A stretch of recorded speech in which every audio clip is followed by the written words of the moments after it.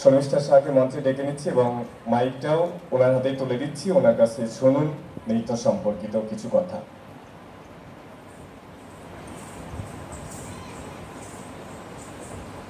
নমস্কার, উপস্থিত সকলকে আমার আন্তরিক ভালোবাসা এবং প্রণাম।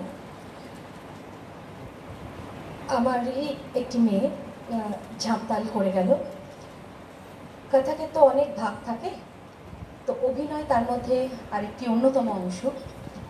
আমি অভিনয়ের একটি ছোট্ট অংশ প্রস্তুত করব। যখন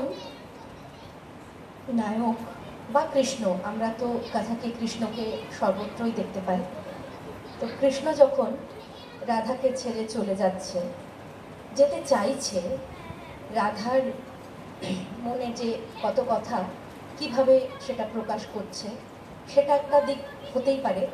আরেকটা, আজকালকার দিনের যখন কোনো প্রেমিক বা স্বামী দূরে কাজের জন্য চলে যেতে চাইছে, তার অর্ধাঙ্গিনী তার কষ্টটা বা তার আবদারটা কিভাবে রাখছে, সেটাই এই গানের মধ্যে দিয়ে অরিজিৎ সিংয়ের একটি ভার্সন। এটা অনেক পুরনো গান, গজল, তো তারই একটা মানে অরিজিৎ সিং যেটা নতুন করে আবার এটা করেছেন, তার গানের সাথে আমি চেষ্টা করছি।